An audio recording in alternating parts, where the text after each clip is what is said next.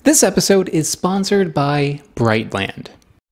Greetings everybody. For nearly 10 years I have been traveling around the world in order to document rare and interesting fruit. This is something that has taken me to Africa, to Asia, to South America. I've traveled a lot for this channel, but I don't always need to. A lot of the strangest fruit that I have found over the years have been fruit that grows right here in my own country, the USA. And today I'm going to focus on 10 of the weirdest fruits that I've come across in my own country. Although these fruits are native here, that does not mean that they are easy to find. Ironically, some of the most difficult fruit that I've found in all these years have been fruit that grows in my own backyard. Although traditionally these have been used by Native Americans, today they are mostly forgotten. I do want to point out that the word weird that I use is used lovingly, okay? This is not a criticism towards the fruit or people who eat the fruit. In fact, I think that people should be eating the fruit that I cover in this video, and I hope that by the end of this video, you'll think so too. The big thing with these is that most Americans don't even know what this is. Let's get started with a big one. Literally a big one. The pawpaw is the largest tree fruit that is native to North America. It grows wild across many of the eastern United States. It is also in the Anonaceae family, so it's related to the cherimoya, soursop, sugar apple, custard apple, etc. Although it's in the same family as these fruits, it's in a different genus, and that might be why it looks very different. Instead of looking like a sugar apple, it looks more like a potato. When you cut it open though, it is full of a delicious pudding-like pulp. There are a ton of different varieties of pawpaw, and they all tend to have like a tropical sort of flavor. Some of them taste like mango, some taste like banana, some taste like papaya. But in all cases, they are delicious. Pawpaws are one of my favorite fruits, but sadly, they are very difficult to find. Even though the native range for the pawpaw is pretty big, a lot of their wild habitat has unfortunately been destroyed, so it's not an easy one to forage. It is possible to cultivate this fruit, you can grow it, but it's kind of tricky. It's got a lot of issues with it, and also the fruit is very perishable. So it's one that you're not likely going to find at a supermarket anytime soon. You may, however, find it at a farmer's market in areas that it grows, or if you are able to make it out to a Pawpaw festival. There are a few of them that happen each year in some of the US states. It's not an easy one to get your hands on, but if you can, it is well worth the trouble. So it's like if you took a soursop, a mango, a pineapple, a banana, and some vanilla, and you mix it all together. It's just like a really nice flavor.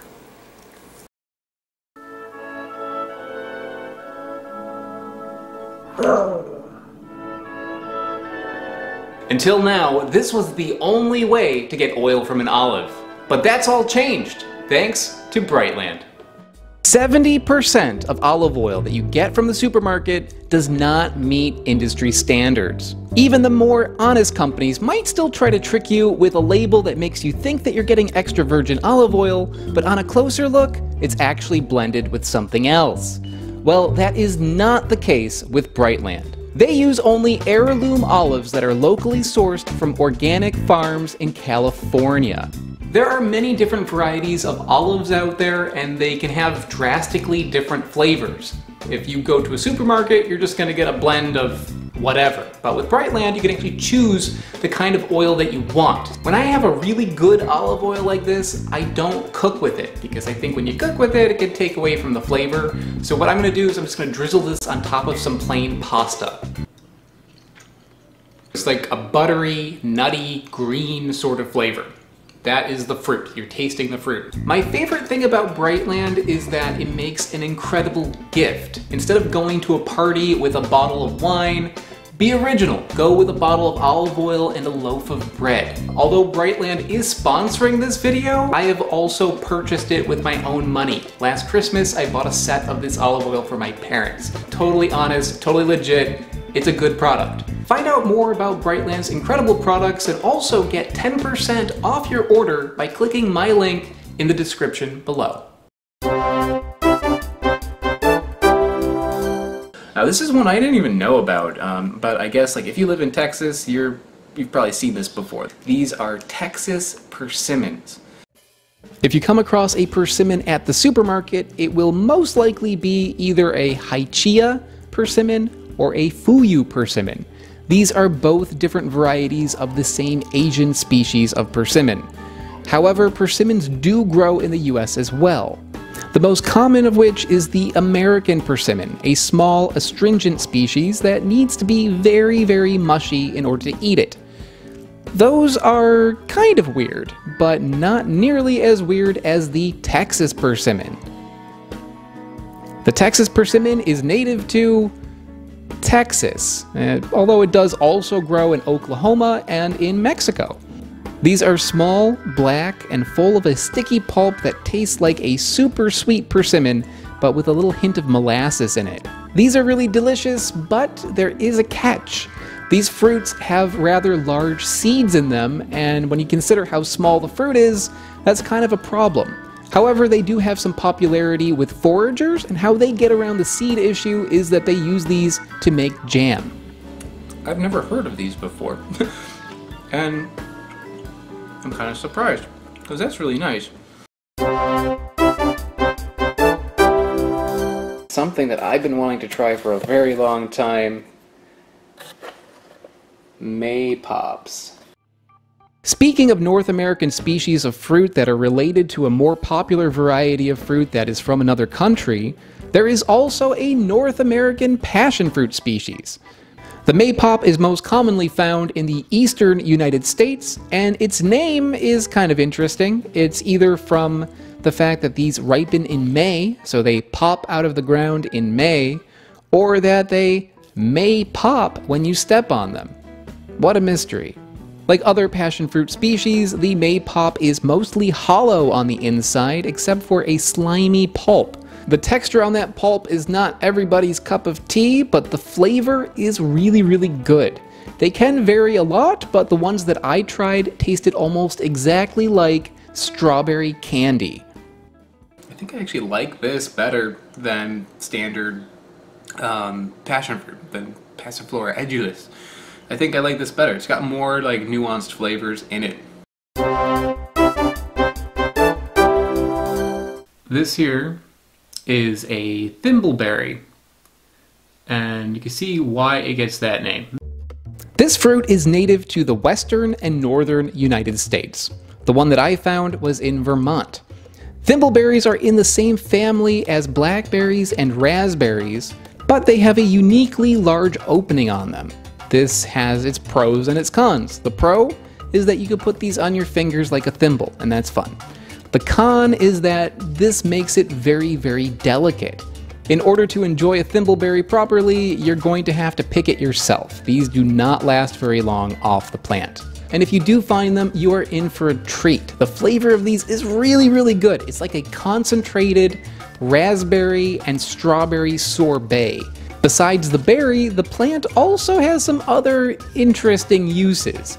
How Native Americans would use it is that they would make a tea out of the leaves, and that was used for a number of things, but mostly for digestive issues. Hardcore campers and survivalists have another use for it that is not too dissimilar. They use the leaves as toilet paper. Yeah, the leaves are big and they are fairly soft, so they suit that purpose pretty well. So there you go, a very useful plant for a number of different occasions. Keep your eyes open for these because there's a lot of uses for them, but mainly they're very, very tasty. This right here is the yucca. No relation to the yucca. This is yucca, as in the Beast of Yucca Flat, starring Tor Johnson. That kind of yucca. Here's another plant that is very popular with survivalists. Yucca is most common in the southern areas of the United States, and it has many, many different edible parts. You can eat the stems, you can eat the seeds, you can eat the fruits. But it also has other uses. Native Americans used the roots in order to make a soap, and the leaves of yucca can be used to make rope. In order to eat the fruit, you either have to cook it or you have to wait until it's really, really, really squishy. At that point, the pulp on the inside gets the color and consistency of blackberry jam. You can even dip a knife into the fruit and spread it directly on toast. Although you might want to strain out the seeds first. The flavor of yucca is like a mild blueberry jam mixed with bitter molasses. It's something that I would not just eat if I'm starving in the desert. This is something that I would seek out.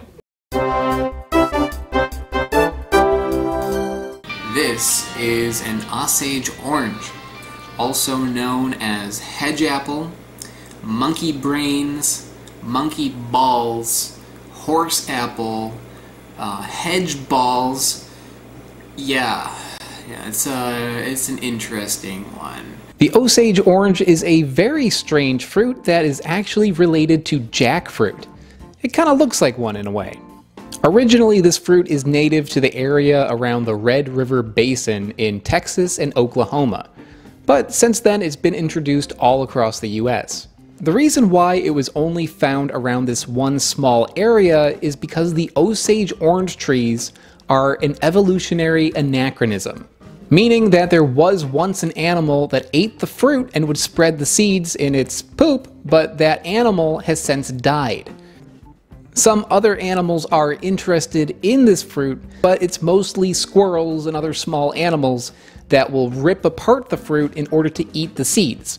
And if a squirrel eats the seeds of the Osage orange, it kills the seeds, so it can't spread. Horses are known to also eat Osage orange, but they also destroy the seeds when they eat it. So even today, there really isn't a way to spread the seeds except humans.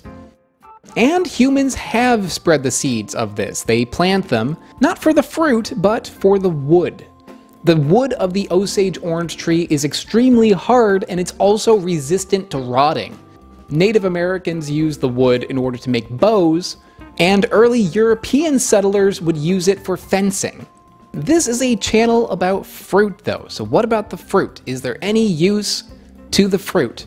Well, some people swear that you can use the fruit of the Osage orange tree in order to repel insects. However, I have not found any evidence showing that this is actually effective. There is an edible portion to the fruit though, the seeds. But to get the seeds out of the fruit, you have to go through a lot of trouble. The fruit is hard and full of latex, so it is obnoxious, messy, and time-consuming to get the seeds out, and when you do get them out, there isn't all that many of them. I did once go through all of the trouble of separating out the seeds and then roasting them, and the end result was pretty good. Is it worth all the effort, though? Hell no. You can eat hedge apples, well, at least the seeds, and it just requires a lot of patience and a lot of effort for a relatively small return. It'd be a good punishment for your children if they misbehave. Have them seed a hedge apple, and then all you have to do is bake them up and you get a nice little treat. May apples are not apples, they're not related to apples, and they don't fruit in May. Not sure why they have that name, but they do have another name, American mandrake. But they're not related to mandrakes at all. Earlier I talked about the Maypop, but now it's time to talk about the May apple, an unrelated fruit that is also native to the eastern United States. The May apple is not just even harder to find than a lot of the other fruits on this list. If you don't do it right, you can actually get hurt. That's because if you do not eat the May apple at just the right stage of ripeness, it's poison. This fruit is also very popular with animals, so even if you get to the plant at the right point in time, chances are that a squirrel probably got it first. Okay, so you got to the plant at the right point in time, you fought off all the squirrels, and you got to the fruit. Great. Are you done? No. Well, unfortunately, each plant only produces one fruit, and that fruit is small and full of inedible seeds. And if you eat those seeds, you will probably get very, very ill. So you would have to then cut it open and separate out just a tiny bit of pulp and eat that pulp. And if you go through all of that trouble, you are rewarded with an incredible flavor that is coincidentally not all that different than the Maypop, because it also tastes kind of like strawberry and lemon, but honestly, it's even better. If you're willing to take the extra time and go out and get this thing at the proper stage of ripeness and make sure you don't poison yourself, it is really worth it. So I was wandering around Forest Park in New York City, and I came across something that I've been trying to find for a while now. It is spicebush. Here's yet another fruit from the eastern United States. What can I tell you? I live in New York. The spicebush has a very interesting flavor that lends itself well to making tea out of it, or you can use it similarly to how you would use black pepper. The only difference though is that although spicebush kind of has the flavor of black pepper, it doesn't really have the heat. The flavor of the spicebush is so resiny that it actually has the species name benzoin. I'm not sure if it actually has any of the chemical compounds of benzoin, but it definitely does share the smell and the flavor. Other parts of the spicebush can be used, including the leaves and also the twigs. Native Americans used the spicebush as a medicine. The leaves, I believe, were used in a tea. Oh.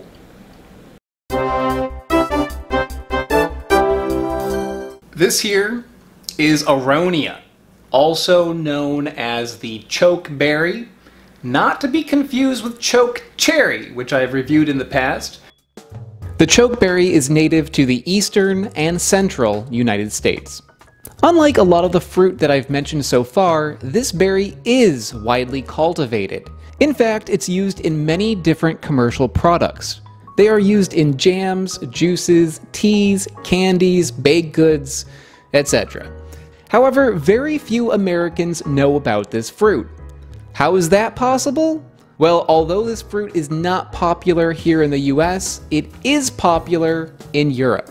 Chokeberries were introduced to Europe in the 18th century, and today they are very popular in several countries from that part of the world. This is a fruit that has so much potential that other countries can see it, even though here it still struggles. There is good news though. The chokeberry does have some regional appeal. You might be able to find it at a farmer's market in some of the central United States. Also, there are some efforts being taken to introduce locally grown chokeberry products to the rest of the US as well. Let's hope that it works out. I don't drink, so maybe I need to start drinking aronia juice so I can fit in at parties. Oh, it tastes good, but it is strong. And that flavor is kind of like cranberry, but with more depth to it. It's almost like bready. It tastes like a dark, molassesy rye bread. Yeah, I think this is something that you would actually want to sip at, kind of like you would sip wine. Cloudberries are the truffle of the fruit world. They are notorious for being one of the most elusive fruits to find.